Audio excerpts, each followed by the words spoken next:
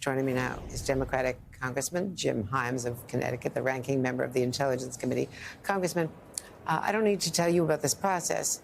To me, as someone watching it, if they break it up into different parts, it has to go back to the Senate. There's a recess next week for Passover, and then it has to be voted again.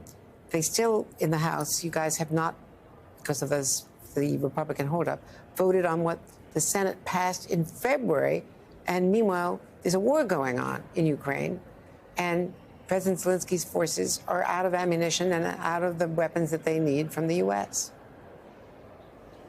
Yeah, Andrea, it really couldn't be more disturbing. Ukrainians are dead. Ukrainian territory has been captured. Ukrainian power plants have been destroyed by the Russians because of Republican political infighting. The Senate passed this bill months ago. If the House had voted, and the vote would have been overwhelming, it would have been almost all of the Democrats with, let's say, half of the Republicans, none of that would be true. By the way, Israel, humanitarian aid, all of these things have been stopped by Republican infighting. And so, again, I'd hope that this would be the week. I'd hope that, the Speaker had finally figured out some convoluted way to address his politics. But now, we're back to the usual chaos. I'm keeping my fingers crossed because lives are at stake, and not just Ukrainian lives, Israeli lives. I mean, thank God over the weekend where there was a very real risk of a major regional war, we seem to have taken a small step back from that. Humanitarian aid in Gaza, I don't need to tell you how important that is. Hopefully this gets done this week. But one other piece of this is that now, in the Republican plan, at least, unless it gets amended, they're talking about the aid to Ukraine being a so-called repo based on getting money unfrozen from Russian assets. Well, from my reporting, there's only $3 billion of Russian assets that are controlled by the U.S. Most of it is in Belgium. Some of it is in Japan, so that it can't be nearly what is needed in the $64 or $60 billion package in terms of new weapons. That's right. And look, we should continue to have a conversation about whether Russian assets should be used to help rebuild Ukraine. By the way, one of the things they want to tack onto one of these four bills is yet another Twitter ban. They want to convert the grants that we have traditionally done to Ukraine to some sort of lend-lease forgivable loan. All of that stuff, look, let's have those conversations, but remember that with every hour that passes that we do not help Ukraine, Ukrainians who are fighting our fight against a brutal Russian authoritarian regime are dying. They are dying. In the meantime, we're having a conversation here about two flammable members of Congress, Marjorie Taylor Greene and Thomas Massie.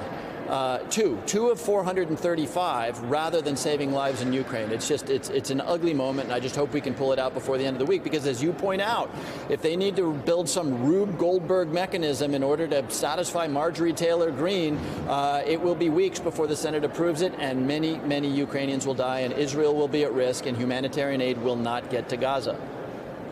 Now, at the same time, Israel is saying that it will respond imminently to Iran's extraordinary, unprecedented attacks against Israel. If this thing escalates, and maybe already, how concerned are you that all of this is delaying any kind of hostage release and the possibility of a ceasefire and getting more aid into Gaza and getting hostages out? Very, very concerned. I mean, a regional war, which if Israel, goes after Iran again. Now, let's step back here and remember what happened. Israel killed 7 military officers in a Damascus diplomatic facility.